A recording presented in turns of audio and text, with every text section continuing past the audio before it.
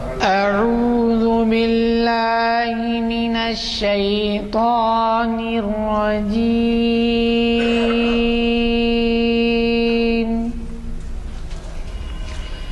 بسم الله الرحمن الرحيم.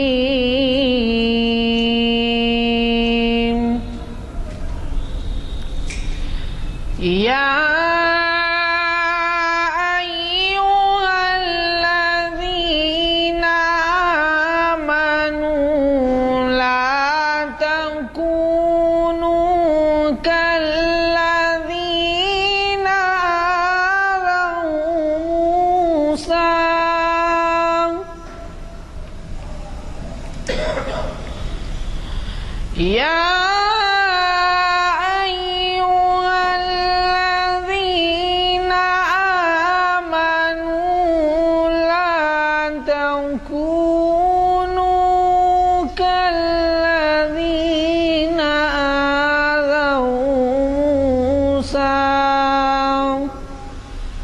فبرأه الله مما قالوا وكان عند الله وجيها. صدق الله العظيم. محترم سامعین السلام علیکم. میں سید حامد حسینی سماجی کارکن حزب خواہش جناب غلام یزدانی صاحب کنوینر محفل جامع مسجد عالیہ گن فاؤنڈری آپ کی خدمت میں آج کا عنوان اور مقرر صاحب کا تعارف پیش کر رہا ہوں. آپ حضرات پروفیسر سید جہانگیر صاحب سے بخوبی واقف ہیں. ویسے پروفیسر صاحب میرے عربی کے استاد تقریباً 2 سال رہ چکے ہیں، اس لیے آپ کے تعلق سے چند آپ کے خصوصیات آپ حضرات کے گوش گزار کر رہا ہوں. آپ عربی کے پروفیسر بنتے وقت انگلش بھی بڑی محنت سے سیکھے، چنانچہ وہ درس دیتے وقت عربی کا ترجمہ انگلش میں کرتے اور سمجھاتے، اور کمزور طلباء کو کالج کے وقت کے بعد انہیں درس دیا کرتے ہیں. بہرکیف آج اپنے خود کے تجویز کردہ عنوان سلام اور اس کے احکام پر روشنی ڈال رہے ہیں. ہم آج کی یہ محفل شریعت انفارمیشن سروس کی 475ویں نشست کے لیے ایک جا ہیں، جو جامع مسجد عالیہ گن فاؤنڈری کے کانفرنس ہال میں بروز پیر 21 جنوری 2013 مطابق 8 ربیع الاول 1434 ہجری بعد نماز عصر جامع مسجد عالیہ گن فاؤنڈری کے حال میں منعقد ہو رہی ہے. حافظ و قاری محمد عرفان احمد صاحب کی خوش الہان قرأت کلام پاک سے آغاز ہوا. میں محترم سید جہانگیر صاحب سے گزارش کرتا ہوں کہ وہ شہ نشین پر تشریف لائیں اور ہمیں اپنے خطاب سے سرفراز فرمائیں.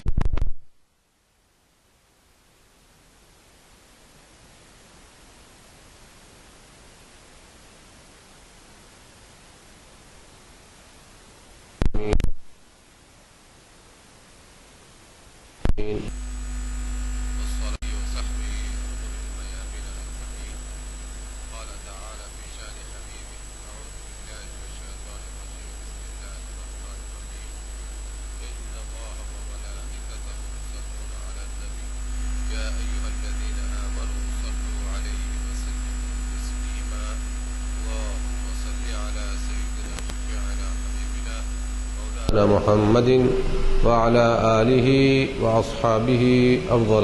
في مقام آخر أعوذ بالله من الشيطان الرجيم. وإذا حييتم بتحية فحيوا بأحسن منها. صدق الله العظيم وصدق رسوله النبي الكريم ونحن على ذلك لمن الشاهدين والشاكرين. محترم المقام علی جناب غلام یزدانی صاحب مددلہ کنوینر محافل مسجد عالیہ، اور آج کی اس محفل میں خادم و مخدوم علی جناب الحاج حامد حسینی صاحب مددلہ حال مقیم امریکہ آج ہماری خصوصی نشست میں تشریف لائے ہوئے ہیں اور آپ سب کا خیر مقدم ہے۔ وقت کی تنگی کے باعث بغیر کسی اور مزید تمہید کے ہم آج کے ہمارے خصوصی موضوع سلام اور اس کے احکام، مذہب اسلام میں سلام اور اس کے احکام کے متعلق انشاءاللہ کچھ سننے اور سنانے کی سعادت حاصل کریں گے۔ عزیزان گرامی، احقر جس آیت شریفہ کی تلاوت کا شرف حاصل کیا، اس آیت شریفہ کا بالراست اور مکمل طور پر تعلق سلام اور اس کے احکام سے بھی ہے۔ اس میں سلام کا بھی حکم ہے اور سلام کے احکام کا ذکر بھی اجمالی طور پر آ چکا ہے۔ آپ کو اور مجھ کو یہ بات اچھی طور پر معلوم ہو جانی چاہیے کہ قرآن مجید میں جیسا کہ رب تعالیٰ نے ارشاد فرمایا کہ ہر چھوٹی بڑی چیز جو قیامت سے پہلے ہوگی اور قیامت کے بعد بھی ہونے والی ہے، ان تمام باتوں کا ذکر اس کلام پاک میں مجملاً طور پر موجود ہے، اور ان مجمل احکام اور نشانیوں کے بارے میں ہم کو اور آپ کو احادیث شریفہ میں وضاحت ملتی ہے، اور جو باتیں احادیث شریفہ میں بھی بسا اوقات صاف نظر نہیں آتی ہیں، حالات کے مطابق ان کا ذکر اور ان کی شرح و بسط ہم کو اور آپ کو صحابہ کرام اور ان کے بعد آنے والے علماء ربانیین کے اقوال سے اور شروحات سے ملتی ہیں۔ ممکن ہو میرے یہ کلمات آپ کے لیے کسی حد تک اچنبھے کا باعث ہوں اگر پہلی مرتبہ سماعت فرما رہے ہیں۔ میں جیسا کہ عرض کیا کہ قرآن مجید میں اجمالی طور پر مجملاً in nutshell everything has been included، ہر چیز اس میں موجود ہے، لیکن ہر انسان اس کی درک اور اس کی گہرائی کو نہیں پہنچ سکتا۔ مختصر انداز میں یہ تو کائنات کا علم تو کجا، آپ مثال کے طور پر میڈیسن کا ایک علم لے لیجیے، ڈاکٹر فزیشین بھی میرے اور آپ کے ہی طرح ایک انسان ہوتے ہیں، لیکن ہر بات اور ڈاکٹر صاحب کے ہر علاج و معالجہ اور ہر پرسکرپشن اور ان کے انویسٹیگیشنز میں آپ یہ دریافت نہیں کر سکتے کہ ڈاکٹر صاحب یہ کیوں کیا آپ نے، جیسا کہ یہاں سے آپ نے کیوں کاٹا، یہاں کیوں آپ نے نشتر چلایا، یہاں کیوں سوں لگائی، تو اس کا جواب یہی ہوگا کہ بھائی آپ کو اگر یہ جاننا ہو تو آپ کو 5-10 سال میڈیکل کالج میں لگانا ہوگا، پھر اس کے بعد ہاؤس سرجنشپ کرنی ہوگی، پھر اس کے بعد برس تک علاج و معالجہ کرنا ہوگا، تو پھر اس کو یہ تمام جو گہرائیاں گہرائیاں جو کمپلیکیشنز ہیں وہ آپ کو معلوم ہوگی۔ بالکل میرے بھائیوں، بزرگوں اور دوستوں، اسی طرح سے اسلام اور دین اور ایمان کا علم ہے۔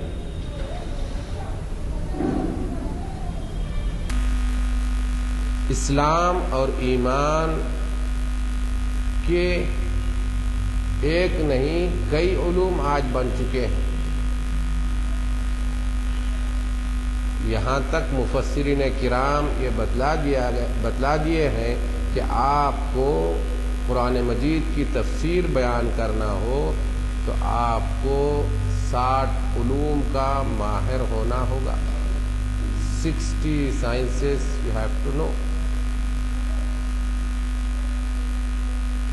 موٹے انداز میں میں آپ کو عرض کروں، جیسا کہ ہم اپنی ایک جامعہ میں اس کا آغاز اس سال سے ہم کیے ہیں ہندوستان میں پہلی مرتبہ، سب سے پہلے آپ کو معلوم ہونا ہوگا کہ احکام القرآن کیا ہے قرآن مجید کے، پھر اس کے آپ کو جاننا ہوگا اسباب نزول القرآن کیا ہے، پھر آپ کو جاننا ہوگا اعراب القرآن کیا ہے، پھر آپ کو جاننا ہوگا غریب القرآن، پھر آپ کو جاننا ہوگا ناسخ منسوخ، پھر آپ کو جاننا ہوگا تفسیر و مفسر، کس مفسر صاحب نے کس آیت کی کس انداز میں توجیہ اور تشریح کیوں کر اور کس حدیث شریف اور کس حکم کی روشنی میں فرمائی ہے۔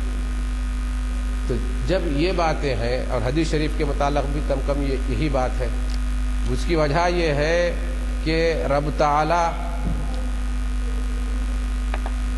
قرآن مجید اور حدیث شریف دونوں کو وحی فرمایا ہے، لیکن قرآن مجید جو وحی ہے اس کا نام اصطلاح میں وحی جلی کہا گیا ہے، وحی مطلوع کہا گیا ہے۔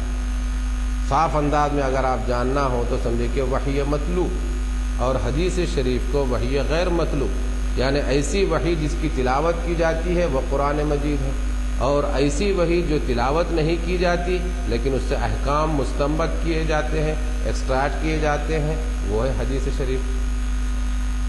اب اس کی یہ بالکل کوئی فقہ کی بات تو ہو رہی ہے، لیکن اتنی تفصیل کے ساتھ آپ کے سامنے تمام باتیں نہیں رکھی جا سکتی، تو میرے یہ ذہن میں بات آئی کہ یہ بات آپ کے سامنے رکھتا چلوں کہ ہر بات کا جواب اسلام کے ہاں موجود ہے۔ آج آپ دیکھ رہے ہیں گزشتہ 150-200 سال سے جو ہماری جو ایلوپیتھک میڈیسن ہے ریسرچ کر رہی ہے، اور ہر دن آپ دیکھ رہے ہیں کہ ایک نئی بات اور نئی تحقیق ہمارے آپ کی نظروں سے گزرتی ہے۔ بالکل من و عن یہی طرح قرآن مجید کا اور قرآن مجید کے علوم کا ماحول ہے۔ قیامت تک علماء کرام قرآن مجید میں سے گہرائیاں اور باریکیاں اس کے نکات نکال کر یہ ثابت کر رہے ہیں اور کوشش کر رہے ہیں کہ ہر چیز، ہر سائنس قرآن مجید میں موجود ہے۔ اور اسی لیے میں آپ کو عرض کرنا چاہتا ہوں اور یہ بتلانا چاہتا ہوں، میں اپنی دیگر گفتگو میں بھی عرض کرتا ہوں کہ جب اور جتنا سائنس ترقی کرتے جائے گی، سائنس کتنی بھی اپنی انتہا کو پہنچ جائے گی، انتہا کا تو پہنچنے کا تصور ہے ہی نہیں، کیونکہ سائنس کبھی بھی قرآن مجید سے آگے نہیں جا سکتی۔ ایک بات یہ تو صاف طور پر آپ نے ذہن میں رکھ لیجیے، جو بھی جائے گی اس سے کئی گنا، کیونکہ قرآن مجید میں ابھی قیامت تک آنے والی تمام چیزیں اس میں ذکر ہے، تو وہ ہوتا رہے گا۔ تو اس وجہ سے کوشش یہ کرنی چاہیے کہ ہمیشہ اس میں غور کرتا جائے انسان، اور قرآن مجید میں آپ جب کبھی بھی آیت شریفہ کا مطالعہ فرمائیں گے، قرآن مجید اپنی ہر جہاں اہم ترین بات ہے، ہر تقریباً گفتگو کے بارے فرماتا ہے افلا یتدبرون القرآن، کیا آپ قرآن مجید میں غور نہیں کرتے؟ فاعتبروا یا اولی الابصار، اے نظر رکھنے والو اس میں غور کیجئے، افلا تعقلون، کیا تم کو سمجھ نہیں ہے؟ یعنی ہر چھوٹی بڑی بات پر قرآن مجید مجھ کو اور آپ کو یہ توجہ دلاتے رہتا ہے کہ آپ یہ قرآن مجید میں غور کرتے جائیے، اور قرآن مجید ہم کو دیا ہی اس لیے گیا ہے کہ ہم اس میں حتی المقدور اپنے علوم کے مطابق اس میں غور کرتے جائیں۔ اسی لیے قرآن مجید کے بارے میں کہا گیا کہ اس کے عرب علماء کہتے ہیں، ابھی ہمارے ہاں میرے اپنے جو معاف فرمائیے کہ ابھی ہندوستان میں بنیادی وجہ ہماری عربی زبان میں کمزوری کی وجہ سے ابھی ہم لوگ صرف یعنی آخری مرحلے میں جب دنیا میں تمام چیزیں صاف اور واضح ہو جاتی ہیں تو ہم اس کے کچھ تراجم جب آتے ہیں تو ہم سمجھنے کی کوشش کرتے ہیں کہ ایسا بھی دنیا میں ہوا کیا۔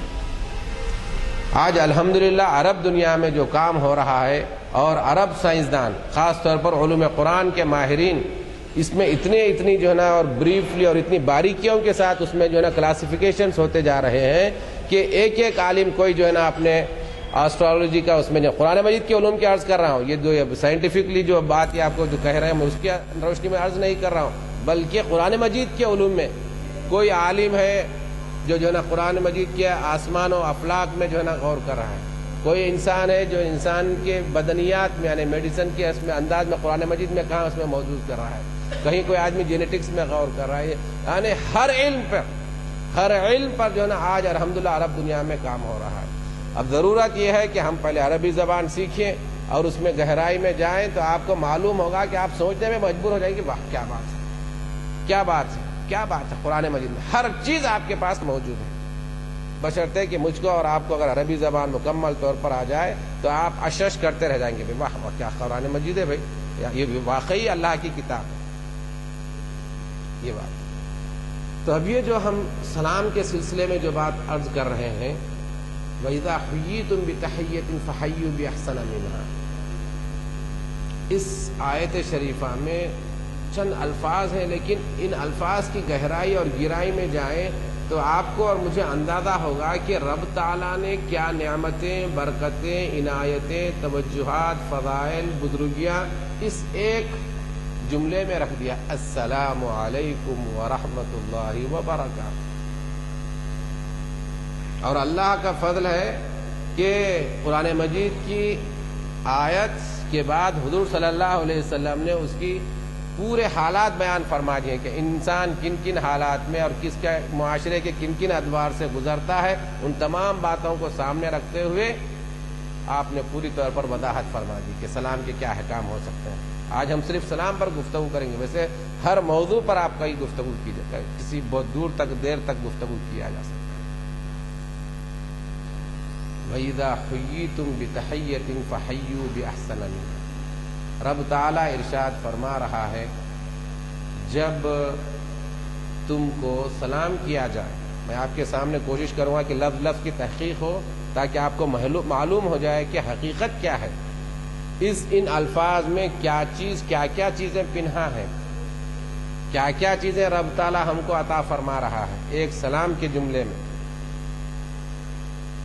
وَإِذَا حُيِّيتُم، جب تم کو سلام کیا جائے، فَحَيُّوا بِأَحْسَنَ مِنْهَا، جو اسلام کا مزاج بتلاتا ہے، فَحَيُّوا بِأَحْسَنَ مِنْهَا، کہ تمہیں چاہیے کہ اور بہتر سے بہتر طریقے پر تمہارے لیے پیش کیے گئے سلام کا جواب دو، جیسا کہ اسلام کا ایک مزاج ہے، هَلْ جَزَاءُ الْإِحْسَانِ إِلَّا الْإِحْسَانُ، کہ جب احسان کیا جائے تو احسان کا بدلہ اور بہتر سے بہتر طریقے پر اس کا جواب ملنا چاہیے، یہ اسلام کا مزاج ہے۔ اسلام کا مزاج رب تعالیٰ کا مزاج، فطرت کا مزاج ہوتا ہے۔ وَإِذَا حُيِّيتُم بِتَحِيَّةٍ فَحَيُّوا بِأَحْسَنَ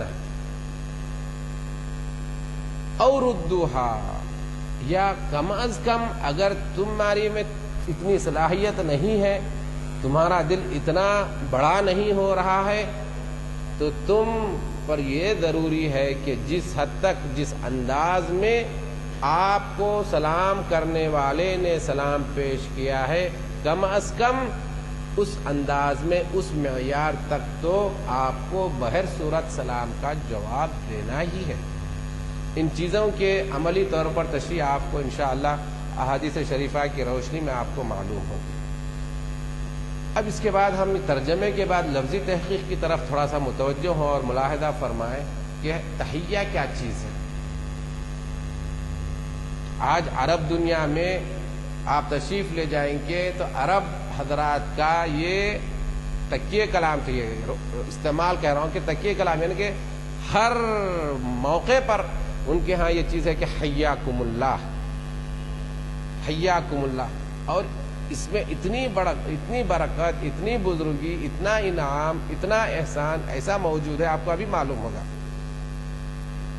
عربی زبان کا لفظ ہے حیا یحیا، حیاتن، جس کو ہم بھی اپنے اردو زبان میں بھی استعمال کرتے ہیں، حیات حیات. عربی زبان کا لفظ ہے حیا یحیا حیاتن. اردو زبان ہے کیا چیز؟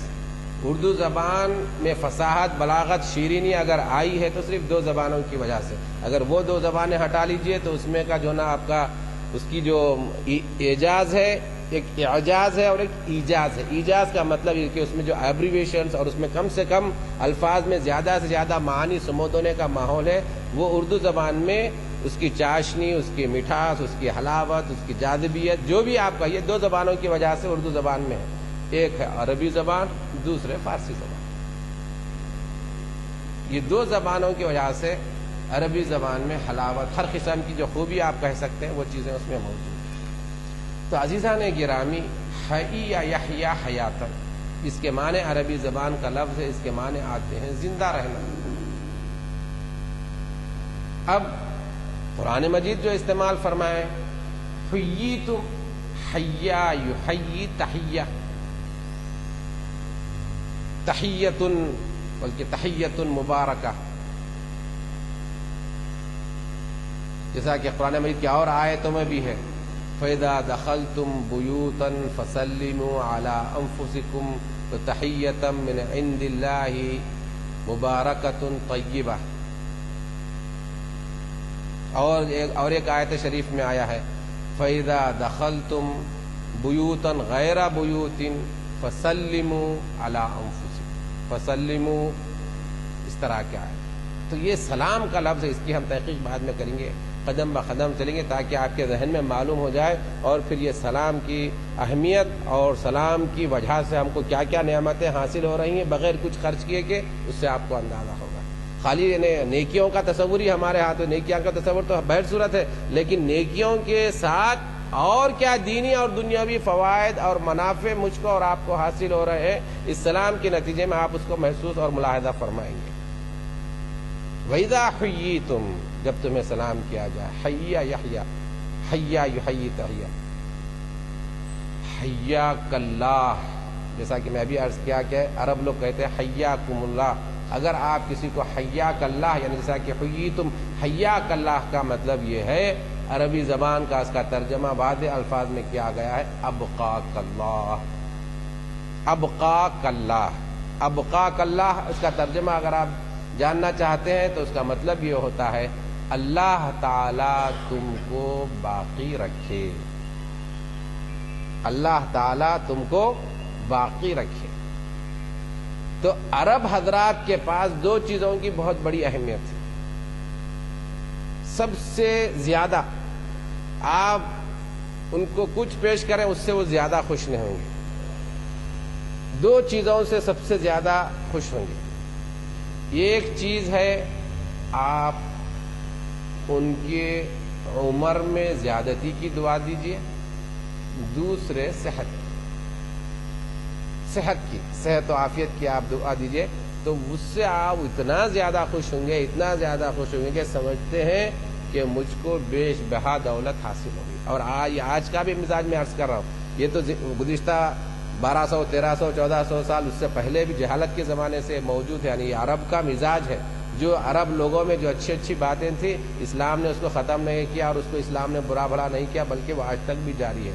جیسے عرب لوگوں کا کرم، مہمان نوازی، جود و سخاوت کا یہ عالم، یہاں تک کہ مشہور واقعات کہ اپنے مہمان نوازی میں اپنے مہمانوں کے لیے اپنی سواری کے اونٹ بھی ذبح کر دیتے نہیں، کر چکے. ایسا عملی طور پر ہمارے سامنے مثالیں موجود ہیں.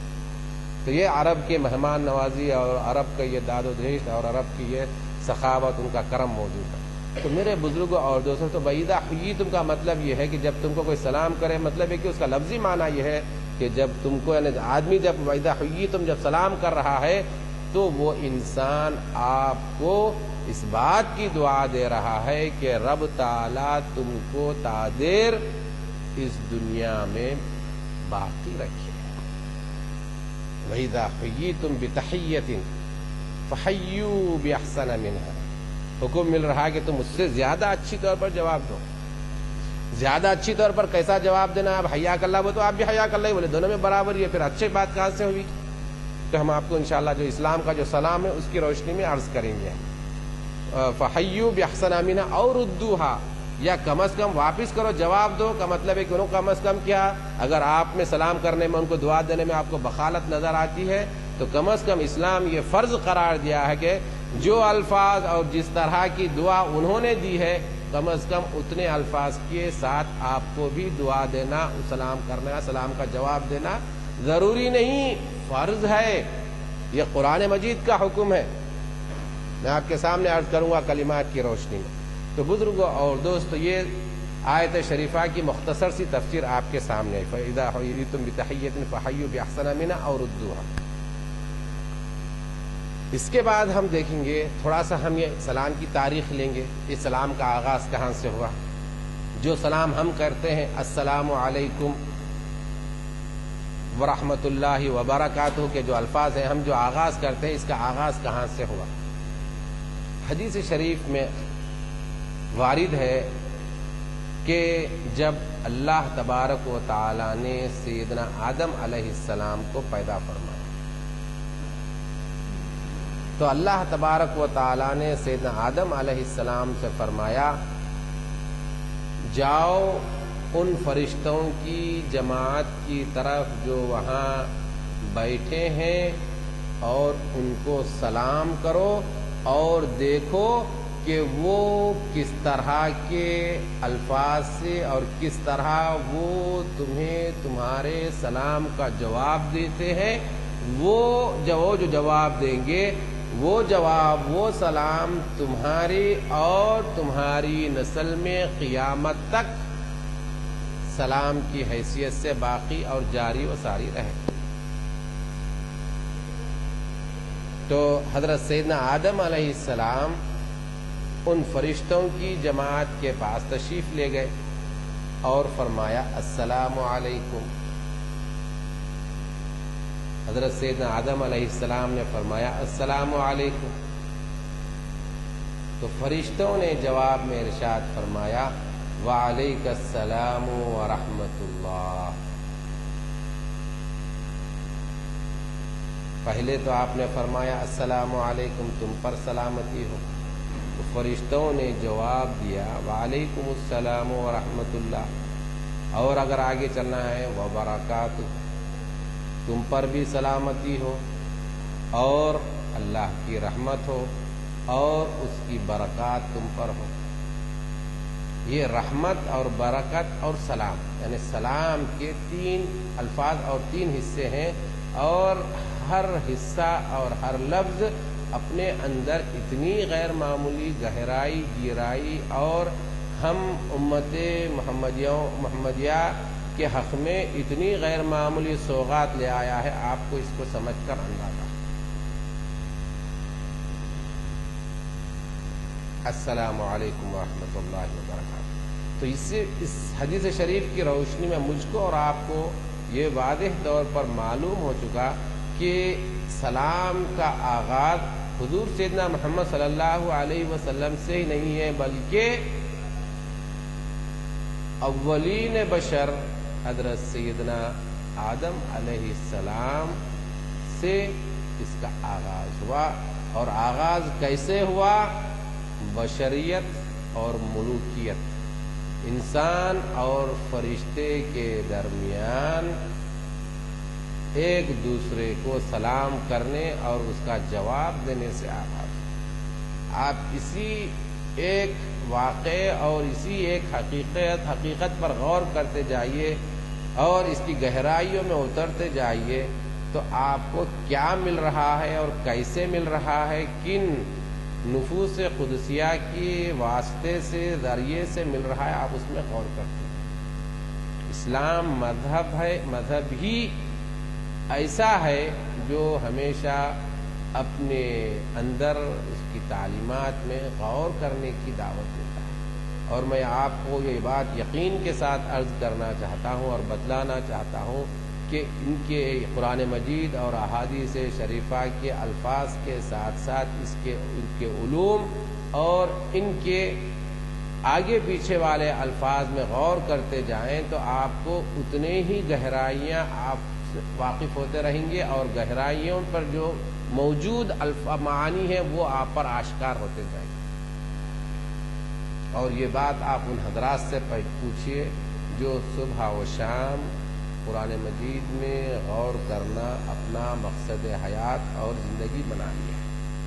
ہم اور آپ ایک گھنٹے آدھے گھنٹے کے لیے قرآن مجید تلاوت کریں بغیر سمجھے کے اور بغیر زبان دانی کے، اور پھر زبان میں بھی اس کی جیسا کہ میں سے آپ عرض کیا کہ 60 علوم ہیں، ان علوم کو واقف ہوئے بغیر آپ غور کرنا چاہتے ہیں، کہاں قرآن مجید میں کچھ بھی نظر نہیں آتا. اب ایسا ہی ہے ہماری حیثیت، جیسا کہ جو نا آپ ڈاکٹر صاحب کا آلہ لے کے بول رہے ہیں اس سے کچھ بھی نہیں سمجھ میں آ رہا. آپ جو اسٹیٹسٹک ڈاکٹر صاحب جو لگا کے دیکھتے ہیں اس میں تو کچھ سمجھ میں نہیں آ رہا. کیسے سمجھ میں آئیں گا؟ آپ اس کے فن سے واقف نہیں ہیں.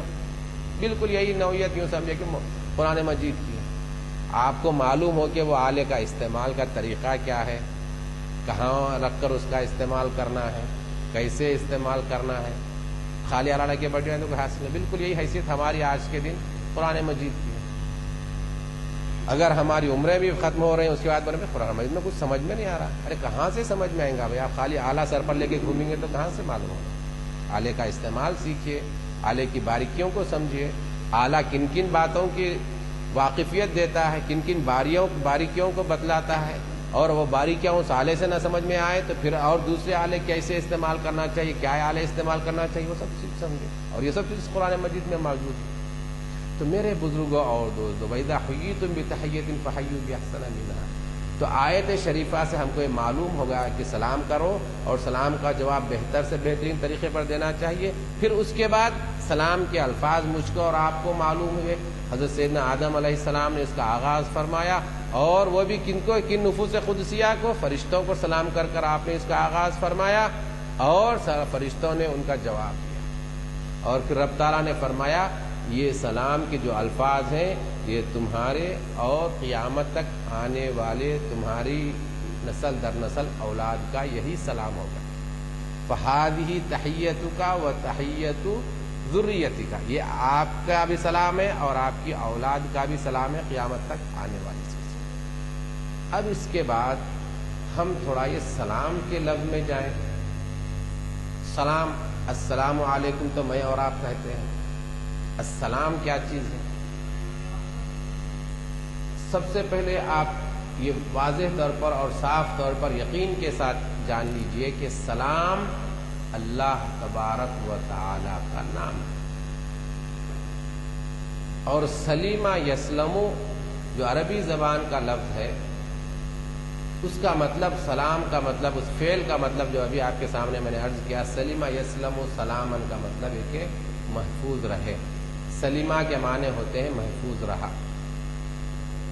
تو سلام کا مطلب یہ اسم ہے، اس اسم کا مطلب کیا نکلتا ہے؟ محفوظ رہنا.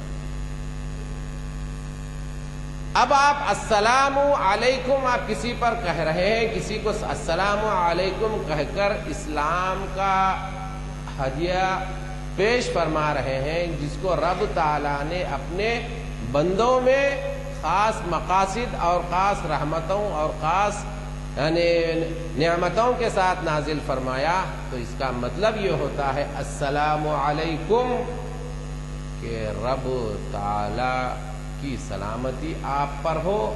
اور رب تعالیٰ کی سلامتی کا مطلب یہ ہوتا ہے کہ رب تعالیٰ نے آپ کو مکمل طور پر اپنی حفاظت میں لے لیا. السلام علیکم کا مطلب ہی یہ ہوگا کہ رب تعالیٰ نے آپ کو اپنی حفاظت و رعایت، اللہ the Almighty has taken you in his own protection. اللہ تبارک و تعالیٰ آپ کو اپنی حفاظت میں لے لیا. اللہ تعالیٰ کی حفاظت، اللہ تبارک و تعالیٰ کی حمایت آپ کے ساتھ منسلک ہو گئی۔ اب غور فرمائیے،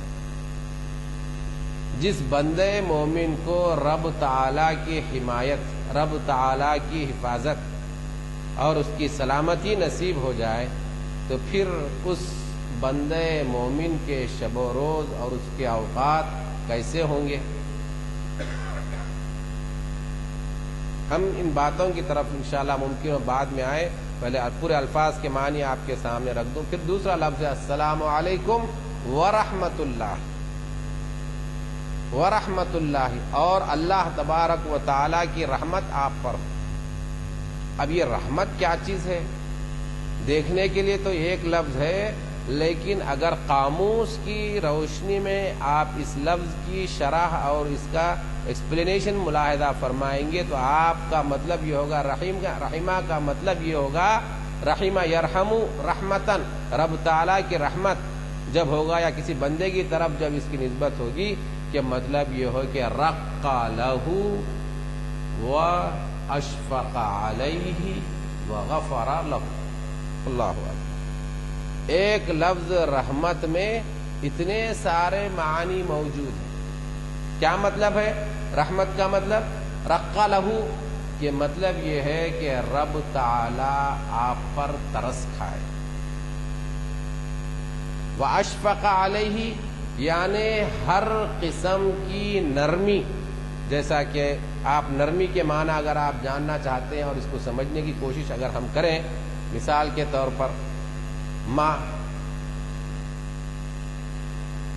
اگر ہم دنیا میں کسی کو محبت، شفقت، لگاؤ کی مثال دینا چاہتے ہیں تو ہم ماں کی مثال دیتے ہیں، کیونکہ ماں سے بڑھ کر آج تک کوئی دنیا میں محبت، شفقت، تلفظ برکت ہے، یعنی پورے حرکات، با کو بھی فتح کے ساتھ، را کو بھی فتح کے ساتھ، کاف کو بھی فتح، تا سکون ہے، کیونکہ تا سکون اس وجہ سے کہ عربی زبان کا قاعدہ ہے جب اب آخری حرف پر جب آپ سانس روک دینا چاہتے ہیں، توڑ دینا چاہتے ہیں، تو اس آخری حرف کو آپ سکون دے کر، جزم دے کر پڑھیے۔ برکتن ہے لفظ، برکتن سے آپ وہاں اپنی سانس روک دینا چاہ رہے ہیں تو برکت ہوگا۔ تو یہ برکت کا کیا لفظ ہے؟ برکت کے کیا معنی ہے؟ برکت کے لغوی معنی، ورڈ میننگ اس کی آتی ہے زیادہ ہونا۔ زیادتی مطلب ہے کہ کسی پہ ظلم زیادتی کرنا نہیں، کسی بھی چیز میں زیادہ، ابنڈنس، کثرت۔ برکت کا مطلب یہ ہوتا ہے۔ اب یہ وہ برکاتہ کا کیا مطلب ہے؟ برکاتہ کا کیا مطلب ہے؟ یعنی رب تعالیٰ کی برکتیں آپ پر نازل ہو جائیں اور آپ اس کے حقدار فرمائیں۔ تو برکہ کا معنی مطلب ہوتا ہے نفع بک، نفع بک او نفع اللہ فی ما فی عمرک، فی اہلک، فی جسمک، فی مالک، فی اہلک وفی اعمالک۔ یعنی برکت کا مطلب یہ ہوتا ہے کہ حدیث شریف میں اس ایک لفظ کے تحت میں اس کی وضاحتیں جو شرح اور اس کا جو ایکسپلینیشن آیا ہے، یعنی رب تعالیٰ آپ کی زندگی سے فائدہ پہنچائے، آپ کی زندگی میں فائدہ ہو، آپ کی زندگی میں اضافہ ہو، آپ کے مال و اسباب میں اضافہ ہو، آپ کے بال بچوں میں برکت اضافہ ہو، ان سے ان کو فائدہ ہو، خود ان کو فائدہ ہو اور ان کے ذریعے سے دوسروں کو فائدہ ملے۔ آپ کی زندگی سے خود آپ کو فائدہ ملے اور دوسروں کو فائدہ ملے، آپ کے مال و مال سے آپ کو فائدہ پہنچے اور دوسروں کو فائدہ پہنچے، آپ کے بال بچوں سے آپ کو فائدہ پہنچے اور ان سے دوسروں کو فائدہ پہنچے۔ اور یہی ایسی تین چیزیں ہیں جس کے لیے انسان چاروں پہر سرگرداں ہے۔ ہر آدمی یہ کوشش کرتا ہے کہ اس کو صحت عطا ہو، اس کو مال و اسباب ملے تو اس میں زیادتی اور کثرت ہوتی جائے، اہل و عیال ملے تو اس میں برکت ہو، اس سے اس کو راحت ملے۔ جیسا کہ احادیث شریفہ میں آیا کہ ہم جو نا نکاح کی مجلسوں میں بڑی ہم غیر معمولی انداز میں پڑھتے ہیں، الدنیا متاع وخیر متاع الدنیا المرأة الصالحہ، ساری دنیا جو ہے نا لطف اندوز ہونے کی چیز ہے، لیکن ان دنیا کے تمام مال و متاع میں سب سے زیادہ جو چیز انسان کو فائدہ پہنچاتی ہے اور جس سے آدمی کو جو نا دلی اور قلبی سکون ملتا ہے وہ نیک خاتون ہے. تو اسی وجہ سے حضور صلی اللہ علیہ وسلم نے فرمایا کہ جس کو یہ چیز حاصل ہو گئی تو سمجھے کہ دنیا کی تمام چیزیں اس کو، تمام خوشیاں اس کو حاصل ہو گئی، تمام نعمتیں اس کو حاصل ہو گئی. میرے بزرگوں اور دوستوں، تو آپ نے ملاحظہ فرمایا السلام علیکم ورحمۃ اللہ وبرکاتہ.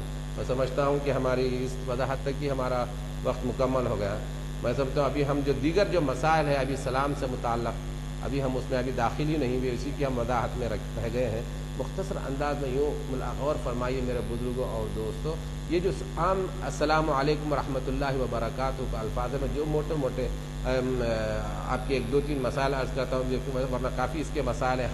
ہر ماحول میں اس کے اپنے اس کے مسائل ہیں، اس کے احکام ہیں سلام کے. سب سے پہلی بات یہ ہے کہ سلام کون کس کو کرے، کیسا آغاز ہو. تو احادیث شریفہ میں جو احکام آئے ہیں کہ سلام چھوٹا آدمی بڑے کو کرے، اور چلنے والا آدمی بیٹھے والے کو کرے، اور سوار آدمی پیدل راہ رو کو کرے. یہ سلام کے آغاز ہے. پھر اس کے بعد چھوٹی جماعت بڑی جماعت کو سلام کرے. اور جماعت کے سلسلے میں ایک بات یہ عرض کر دوں کہ اگر کوئی آدمی آئے اور ان کو السلام علیکم کہے، تو اگر جماعت جو جیسا کہ اب ہمارا یہ گروپ بیٹھا ہوا ہے، اگر کوئی ایک آدمی بھی جواب دے دے تو وہ پوری جماعت کی طرف سے وہ فرض ادا ہو گیا. اور اگر کوئی بھی اس سلام کا جواب نہیں دیے تو پوری کی پوری جماعت گناہ گار ٹھہری کہ وہ اس نے بڑا گناہ کیا ہے.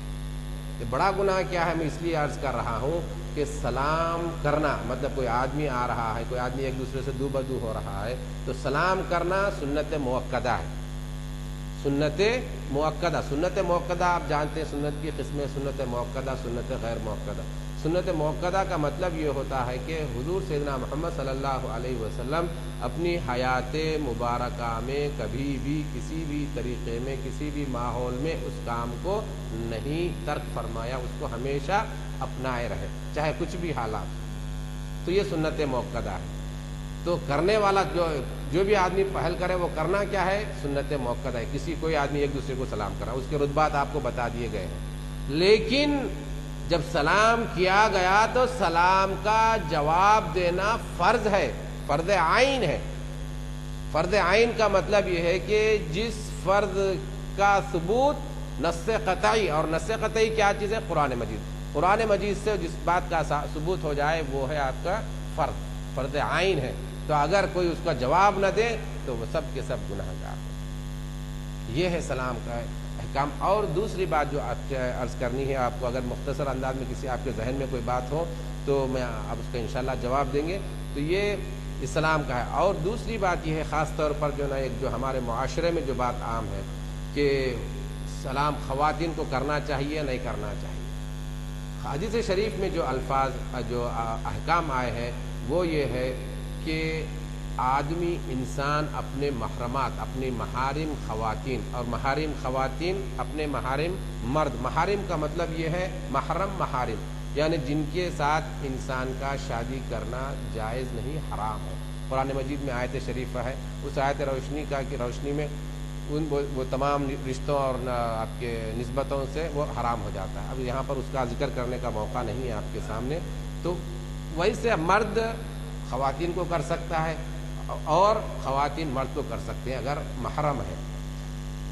اگر محرم نہیں ہے، خواتین ہیں مرد ہیں، تو ایسی اس کی گنجائش اسلام نے یہ رکھی ہے کہ چاہے وہ مرد آدمی کو سلام، عورت کو سلام کرے یا عورت مرد کو سلام کرے، اگر اس سلام کی وجہ سے فتنہ پیدا ہونے کا اندیشہ نہ ہو.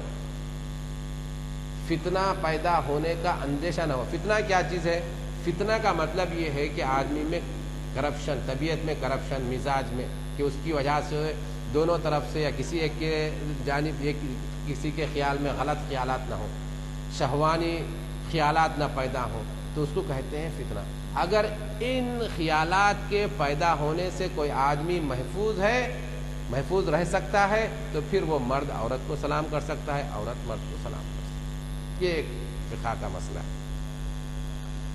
اب دوسری بات صحابہ کرام، جو آج کل ہم سلام کا ایک مزاج ہے، ابھی جیسا کہ اب ہم یہاں سے ہم تھوڑا ابھی ہمیں تھوڑی دیر کے لیے 1 گھنٹہ بھر کے لیے ہم بہت سارے احباب سے دور ہو گئے، اب تھوڑی دور بعد ابھی جائیں گے، ابھی تو مل کے گیا پھر کیا سلام کروں، ابھی تو مل کر گیا ابھی کیا سلام کروں۔ میں آپ کو اس کی وضاحت اور اس کی توجیہ احادیث شریفہ کی روشنی میں عرض کرتا ہوں۔ حضرت انس ابن مالک رضی اللہ عنہ، جن کے بارے میں بڑی احادیث شریفہ اور فضیلت آئی ہے، خود حضور صلی اللہ علیہ وسلم کی حیات مبارکہ میں 10 سال آپ کے خادم کی حیثیت سے رہے۔ یہ حضرت سیدنا انس رضی اللہ عنہ فرماتے ہیں کہ حضور صلی اللہ علیہ وسلم کے صحابہ کرام کو میں دیکھتا کہ جب وہ ایک دوسرے سے جاتے اور دونوں کے درمیان اگر ایک ٹکڑی ادھر ہے ایک ٹکڑی ادھر ہے اور کچھ لمحے کے لیے، کچھ گھنٹوں کے لیے نہیں، کچھ لمحوں کے لیے ان کے درمیان کوئی جھاڑی آ جاتی، کوئی دیوار آ جاتی یا کوئی اور چیز حائل ہو جاتی، تو جیسے ہی پھر ایک دوسرے سے ملتے تو پھر ایک دوسرے کو سلام کرتے۔ اب یہ سلام ہے کیا چیز آپ کو اور مجھ کو معلوم ہو گیا ہے کیا چیز، یعنی آپ کو نعمتیں اور فضیلتیں بزرگیاں بٹورنے کا ایک نادر ترین اور آسان ترین اس کا آپ کے حاصل ہے۔ نادر اس معنی میں کہ آپ کو ایسا کہیں بھی نہیں ملتا، آپ کو اسلام میں نادر نہیں ہے، مگر آپ کو دنیا اسلام کے علاوہ کہیں اور چیز نہیں ملتا آپ کو، اس لیے نادر ہے۔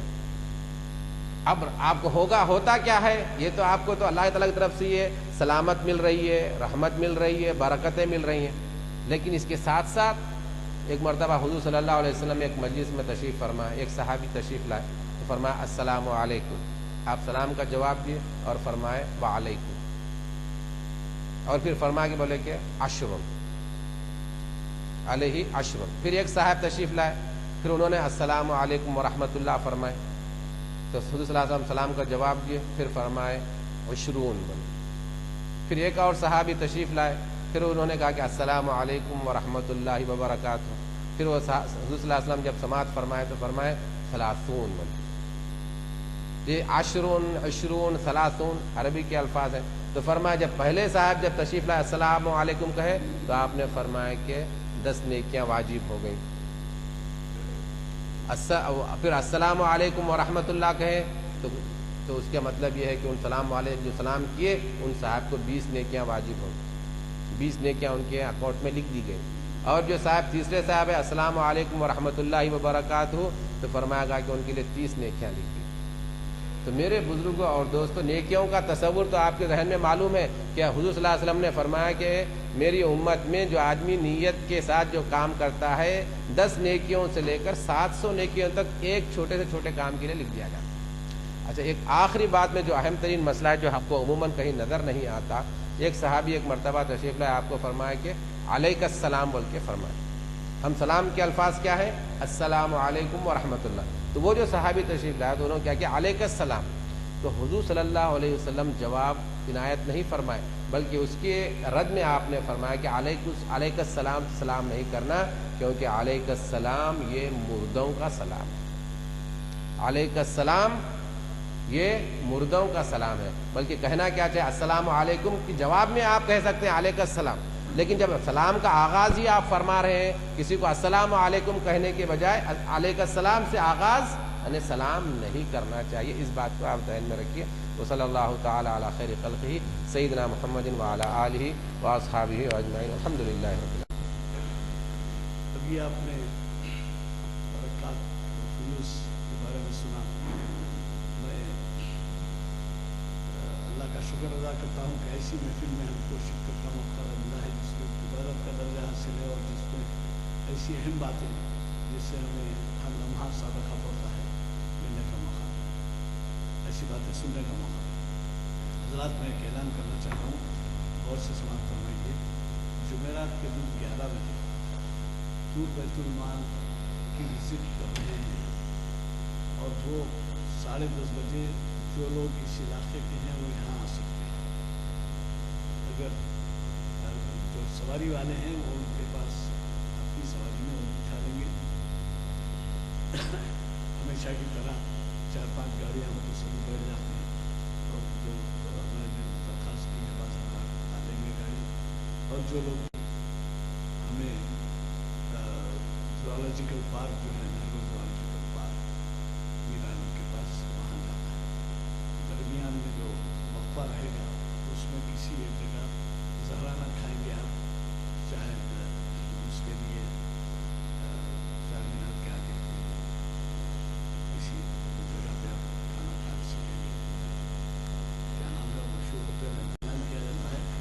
ہوتا ہے. ایک بات سن لیں کہ چہارشنبے کے دن بہت ہی اہم عنوان سے ہمیں جناب سید مقرر حسینی صاحب